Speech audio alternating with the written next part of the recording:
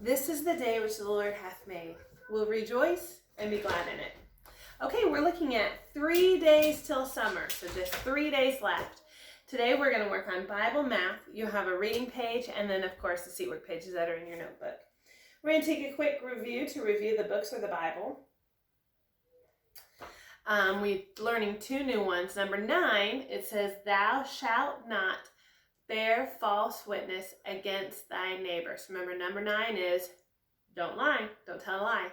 And number 10 is thou shalt not covet. So covet means want to take things that aren't yours, okay? So number 9, thou shalt not bear false witness against thy neighbor.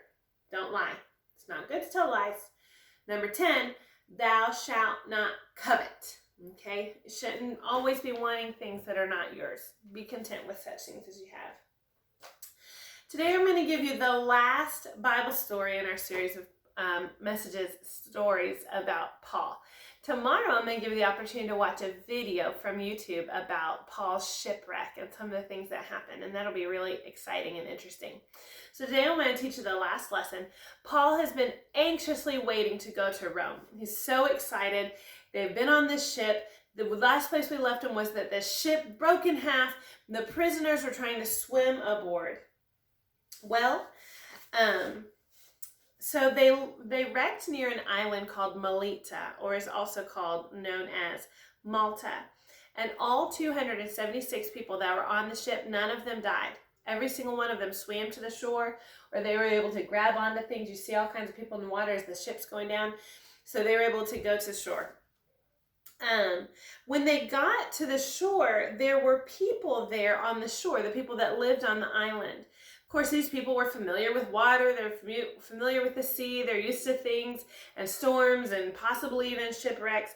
And these people showed them great kindness. They were so kind to them and helpful to them.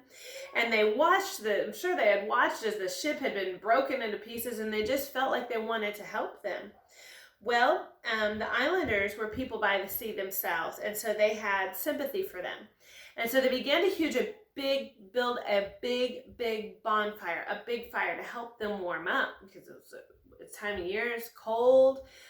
They've been in the water swimming, they've been shipwrecked, and so they needed this big bonfire.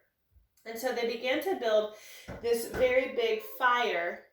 Hang on one second. What's she doing?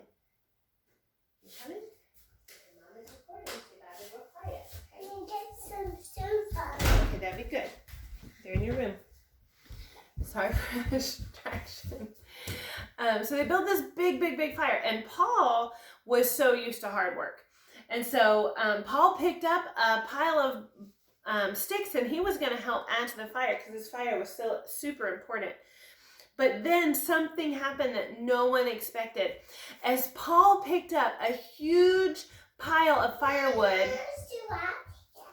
Okay, I'll help you in a minute, okay? As Paul picked up a huge amount of firewood, a snake came and bit Paul in the arm. And it wasn't just any snake, it was a poisonous snake, a viper.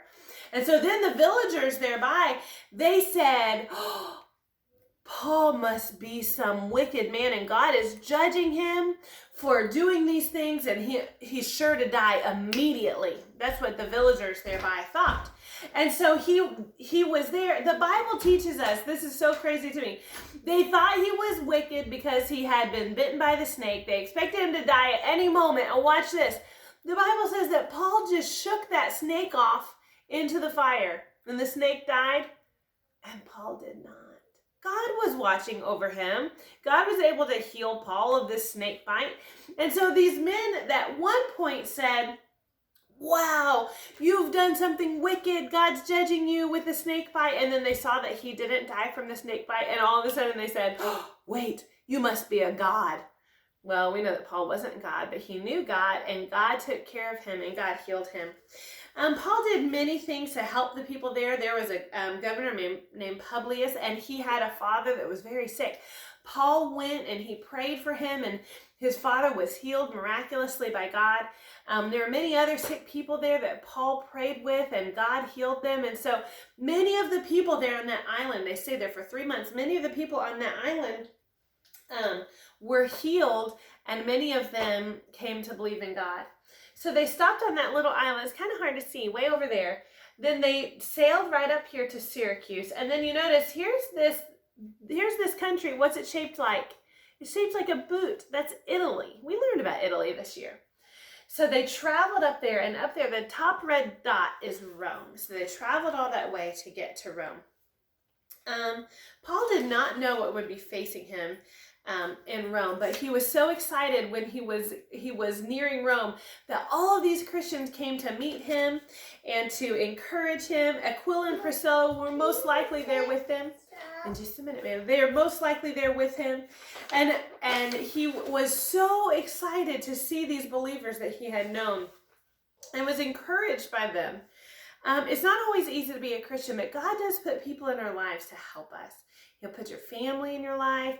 He'll put other Christians in your life. I'm so excited to be going back to church soon. And other Christians in our lives, they help us. You can come here and I'll help with that, okay? Finally, the little group reached Rome, and the leaders of the Jewish people met with them there. The Jewish leaders weren't like the ones in Jerusalem. They had big open minds. They were willing to hear what Paul had to say. And Paul used the Old Testament scriptures to teach them about Jesus truly was the Messiah, and that Jesus truly was the Messiah, and many of them saved. Some listeners believed and some did not. That's just kind of how it was. For a while, Paul was actually in prison there in Rome. He was actually in prison there in Rome. He was in prison in a house. They had him locked up in a house. And while he was there locked up in the house, many people came by to see him. The church in Philippi gathered a great offering and sent him money. He always had guards here with him, but people could come in and he could have services, he could preach there from his prison in Rome. And he was in Rome for quite some time. You think about all of the hard things. He also had time because he was just in the house, kind of like we've just been in our house, not going anywhere or doing anything. He had time to write letters. Let's see, he wrote letters. What are some of the letters he wrote? He wrote a letter to Corinth, 2 of them, Corinthians. He wrote a letter to Ephesus. We talked about Ephesus, Ephesians. He wrote a letter to Philippi, the Philippians. He wrote a letter to the people at Thessalonica, Thessalonians, 2 of them. So he wrote all of these letters which make up parts of the New Testament. So even in this terrible situation, he was shipwrecked on a ship. He was snake bitten on the island of Malta. He was now in a prison. God used all of these things in his life to strengthen Christians, to encourage him. There was great things that came out of it. And sometimes we think, oh, we've been in our house for so long. We have. I mean, it's been couple of months we've been home and not been at school or not been at church or not been at the park, although the park's opening back up. But Paul used every one of those things to further the gospel, to encourage other believers, and God can do those same things in our lives.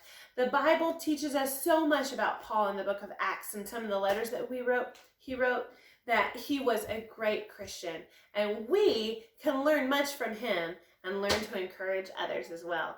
All right, that's the last lesson on our story of Paul. Tomorrow I'm going to let you watch a video that I found on YouTube. I think you'll enjoy it. It's a Superbook video. I don't know if any of you have seen Superbook before, but I think you'll like that. And then on Friday, we're going to go over our Bible verses, and you'll have, not Friday, Thursday, the last day, Thursday. We're going to go over our Bible verses, and you'll have a little paper to fill out where you can fill in your books in the New Testament. You don't need to say them to me. Not books in the New Testament. Mrs. Zimmerman. Wah! 10 Commandments. You're going to say this, you're going to write your 10 Commandments down. It'll be easy. You won't have any problem with it, okay? All right, so I'll see you later. Next up, math.